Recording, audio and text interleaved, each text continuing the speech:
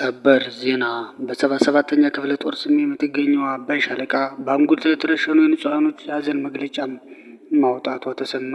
አፋሕድ ጎንደር ጠቅላይ ግዛት እዝ 206ኛ ከፍ ያለው ደሴ ኮር ተራራው ራስ ጉና ክፍለ ጦር የተሳካ ኦፕሬሽን መፈጸሙ ተሰማ። የብልጽግናው ሰራዊት እየከዳ እና እየኮበለለ ፋኖን መቀላቀሉም ተጠናክሮ መቀጠሉም ተሰምቷል።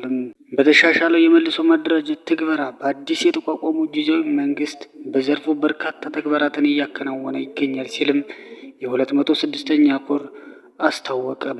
ሰላም ጤና ይስጥልን ክብራትና ክብራን አድማጭ ተመልካቾቻችን እንደምን አላችሁ? የሰዓቱን አጫጭር ዘገባዎች ይዘን መጥተናል። ቻናሉን ላይክ፣ ሼር እና ሰብስክራይብ በማድረግ እስከ መጨረሻው ተሰሙት ዘንድ የአክብሮት ግብዣችን ነው።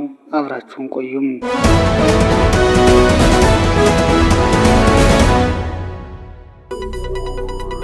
በ77ኛ ክፍለ ጦር ስር የምትገኘው አባይ ሻለቃ በአንጉት ለተረሸኑ ንጹሃኖች የሀዘን መግለጫ ማውጣቷ ተሰማ።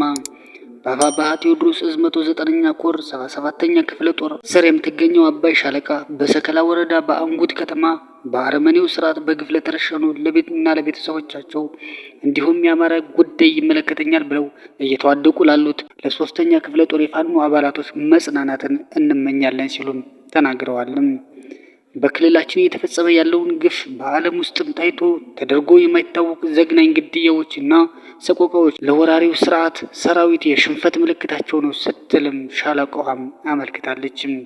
ይህ ኢትዮጵያን ለማፍረስ ሌሊትና ቀን የሚደነፋው የፋሽስቱ አብይ አህመድ ወራሪ ቡድን በአማራ ክልል ውስጥም ከ4 ዓመት እስከ 65 ዓመትም ሴቶችን በመድፈር እና እንዲሁም በክልሉ የታሪክ ጠባሳ ለማሳደር ጦት ብልትና ምላስ በመቁረጥም በክልላችን ላይ ከባድ ጭፍጨፋ እያካሄደ ይገኛል ብለዋልም።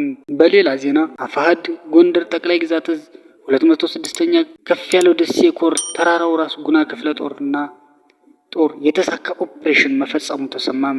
ዛሬ ህዳር 16 ቀን 2018 ዓ.ም ጥጥራ ኪዳነ ምህረት የተባለው ቦታ ላይ የደፈጣ ኦፕሬሽን በመስራት በጠላት ላይ የተሳካ ኦፕሬሽን ሰርቷል ተብሏልም። ከክምር ድንጋይ በ3 ተሽከርካሪ ተጭኖ የመጣ ኃይል ቀድሞ መረጃ በደረሰው የተራራው ራስ ጉና ክፍለ ጦር ቀድሞ ደፈጣ በመጣል ካሰበው ሳይደርስም ያስቀረው ሲሆን በቁጥር በርከት ያለ ሙትና ቆስለኛም ጭኖ የሄደ ሲሆን ከቦታው 5 ሙትና ከ10 በላይ ቆስለኛ መቁጠር ችለናል ሲሉም ተናግረዋልም። የብልጽግናው ሰራዊት እየከዳና እየኮበለለ ፋኖን መቀላቀሉም ማጠናክሩም ቀጥሏል ተብሏልም።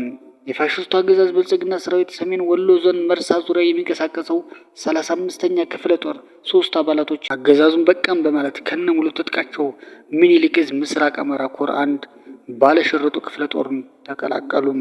አገዛዙን በአውደ ውጊያ ብቻ ሳይሆን በሁሉም ዘርፍ የማፍረሱና ከህዝባችን ጫንቃ ብሎም ከሀገራችን ለማስወገድና ለመደምሰስ የሚደረገው ተጋድሎ ተጠናክሮም ይቀጥላል ሲሉም ተናግረዋልም። በሌላ ዜና በተሻሻለው የመልሶ ማደራጀት ትግበራ አዲስ የተቋቋመው ጊዜያዊ መንግስትም በዘርፉ በርካታ ተግባራትን እያከናወነ ይገኛል ሲልም 206ኛ ኮር አስታወቀ። በአፋብኃ ቴዎድሮስ እዝ 206ኛ ኮር ጊዜያዊ መንግስት መምሪያ በስሩ ያሉ ክፍለ ጦሮችና የወረዳ አደረጃጀት መሪዎች ካዋቀረ በኋላ ለደጀን ባሶሊበን አዋበልና አነደድ ወረዳዎችን ጊዜያዊ መንግስት ማስተዳደር አመራሮች ልዩ ስልጠና በመስጠትም አስታውቋልም።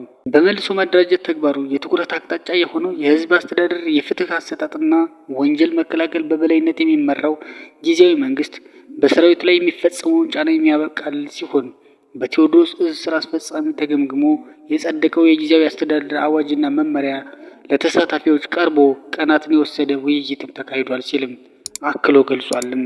በመዋቅራዊ ማሻሻያዎች በተቀላጠፈ መልኩ እያከናወነ የሚገኘው 206ኛ ኮር በሚያስተዳድራቸው ሁሉም ቀበሌዎች የጊዜያዊ መንግስትን ቢሮዎች ተከፍተው ስራ መጀመራቸውን በማረጋገጥ የ206ኛ ኮር ጊዜያዊ መንግስት መምሪያ ኃላፊ ፋኖ መንግስቱ አማረ ለኮሩ ሚዲያ ክፍልም አስታውቀዋልም።